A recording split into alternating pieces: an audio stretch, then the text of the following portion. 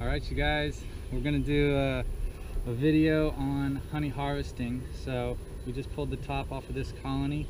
If you look down here, the bees have built comb into the top. This is honeycomb, and so it's foundationless, just attached on the lid. The reason that I like the 3-inch deep lid is that it kind of lets us know as they're needing space and gives them a little extra room so that you can catch them before they're swarming. The smoke is getting a little strong. I'm going to put it on this side of us. Hopefully it doesn't bother us too much. But so these two are, this is a strong colony, has a really cool, great queen. She's a survivor. This is her 3rd year. She spent a couple years over at my place. And so essentially we're going to be pulling some honey. Oh, the screen goes black after a little bit. So yeah, so when you're robbing honey from a colony, I'm a big proponent of doing it 1 frame at a time rather than a box at a time or anything like that. We have spilled some honey, so yeah, let's see. So this is fully filled, a little bit not right by my finger, and this side is almost fully filled. That's extractable. So we're going to go ahead and get on it.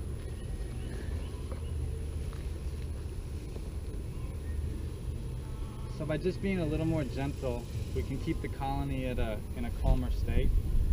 By spilling the honey, it gives the bees something to do. And then the grass brush is real important. I find it's more gentle than the synthetic ones.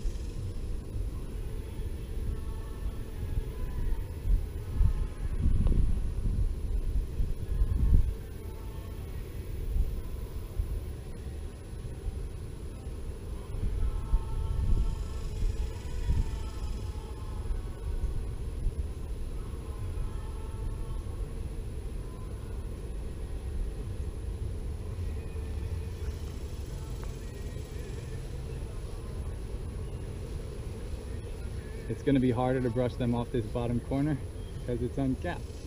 Yeah.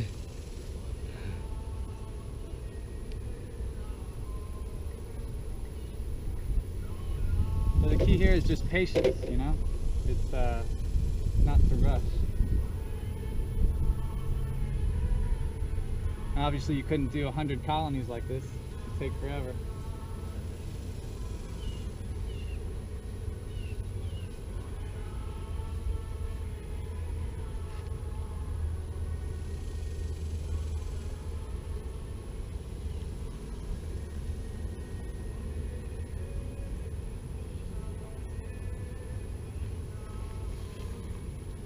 Alright, so now we have our clean frame, and for this harvesting technique you just have a container, a box, or something that has a cover on it that's like 20 feet or further away, and you just walk it over. So you're going to go with Robert, and he's going to put the honey in the back of my truck.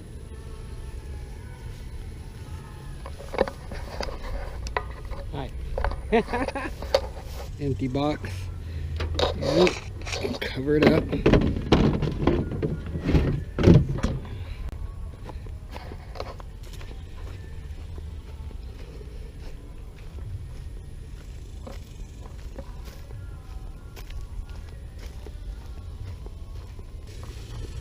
I think we're getting our system down.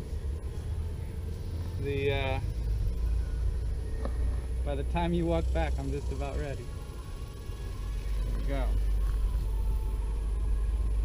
The other thing about the grass is I think that they recognize that it's like natural and that you know, the grass sways, the branches sway, so it's like doesn't get them as stingy as trying to brush them off with something else. Anyway, that's a big one.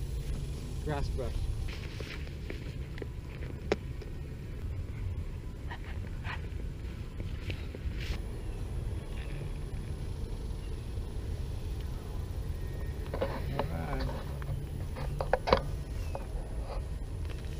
There you go, number 3.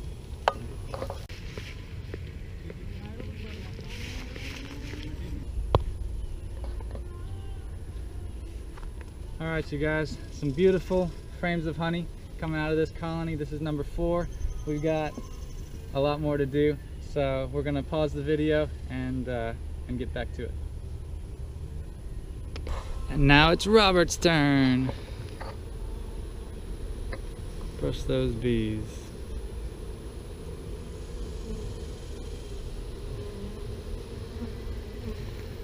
So they're hanging out here and have left this, so we're gonna go ahead and move this into the shade somehow.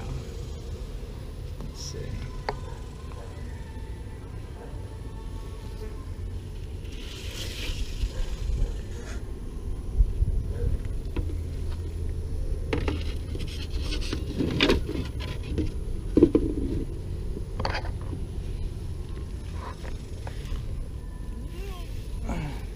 Sorry.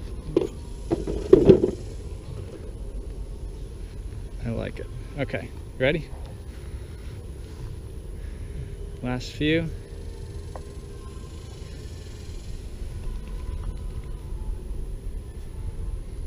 Cool. Awesome. Thank you, sir.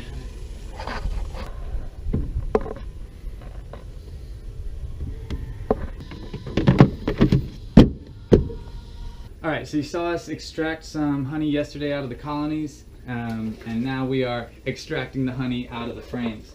So Robert here is uncapping it, and this is kind of cool. So all of this equipment that we're using is being borrowed from the Houston Beekeepers Association. So it really pays to make connections with your local beekeeper association, and if you're in Houston, then connect with us. So here's some of the frames. He's using this awesome electric uncapping tool, which I've never used before, so this is a first. I would say the verdict's out is probably about the same as a good knife. And then here's our little extractor that my job is to spin out the honey using centrifugal force. So you see how that works, and you see there's already some honey down there at the bottom. And then once the honey's been spun out, we have this beautiful empty comb that can go right back into the colony. And so time to pull these out and bring in the new ones and get on with the process and put some honey into some jars. You're just trying to take off the cappings, kind of like filleting a fish. One side, uncapped.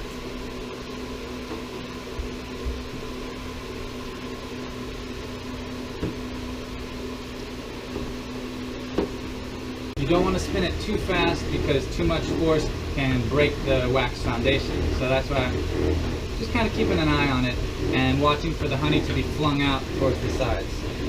Here's our bucket of honey. It's a nice dark summer honey, and just because there's little bits of wax and things that stay in the extractor, we have to run it through a strainer, otherwise it would just not look so good in the jar. So here's the moment of truth.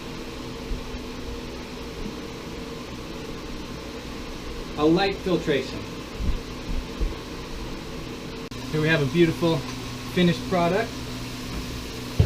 My job at the moment is cutting up some comb honey to put in each jar, a little piece. Marcella's here doing our bottling for us, filling up these jars and putting the lids on. So we got our operation underway here.